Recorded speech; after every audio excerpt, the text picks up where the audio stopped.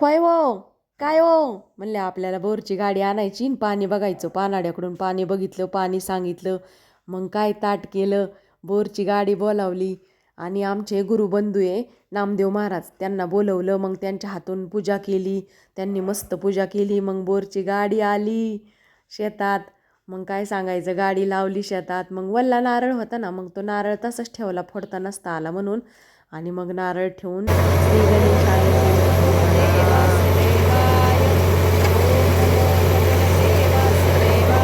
माझा आनंद गगनात मावना. मला वाटलं होतं पाणी खेळू का, नाचू का, बागडू का, काय करू. म्हणले आप्पा आप्पा पाणी लागलं लागलं लागलं. इतका आनंद झाला ना खरंच. मग इतकं धो धो धो धो पाणी लागलं. मग आमचे भाऊ उठले, सासरे पाटील बरं का, म्हणले खरंच गड्या पाणी लागलं. आणि मग आमच्या राजाप्पाला लय आनंद झाला. मग ते लोक म्हणले आमच्या कुकरमधला आहे ना, तुम्ही आमचा भात आणि भाजी खाऊन बघा, आम्ही लय छान स्वयंपाक करतो. घरी गेल्यावर कधी स्वयंपाक करायचे, आता 12-1 वाजल्यात. मग काय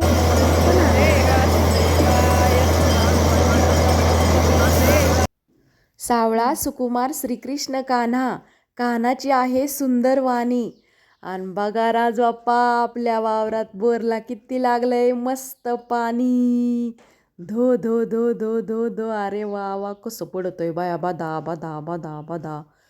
नुसतं सपच लागत राहिलो. जसं त्या पहानाड्याने सांगितलं का पाणी, तसंच लागलो. जसं सांगितलं तसंच पाणी लागत राहिलं. आम्ही लय खुश. अय्यो पाणी पाणी पाणी.